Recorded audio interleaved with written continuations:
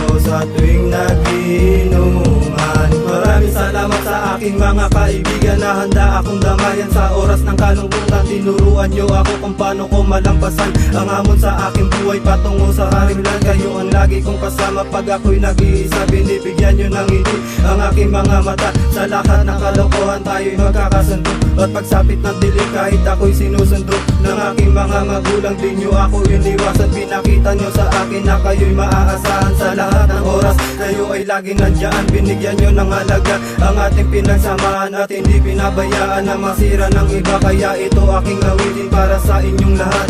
Bilang pasasalamat sa pagiging matapat, ako'y nakasalubungin sa inyong lahat. Salamat sa inyo aking kaibigan. Tinanggap nyo ako bilang pamilya.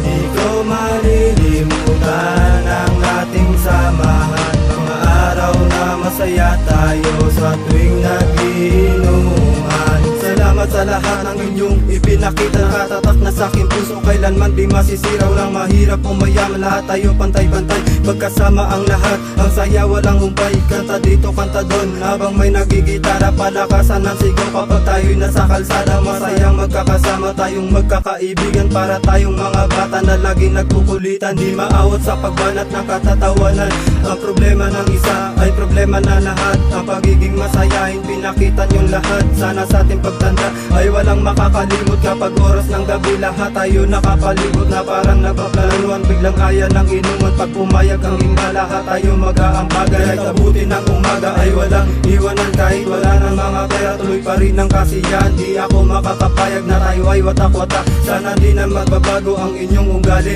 Namimiss ko ang lahat ng ating pinagsamahan na nagdulot sa aking isip ng buong kaligayahan. Salamat mga pre, kayo ay tunay na kaibigan. Hanggang sa aking pagayo, kayo ay laging nandyan. Salamat, salamat aking mga kaibigan.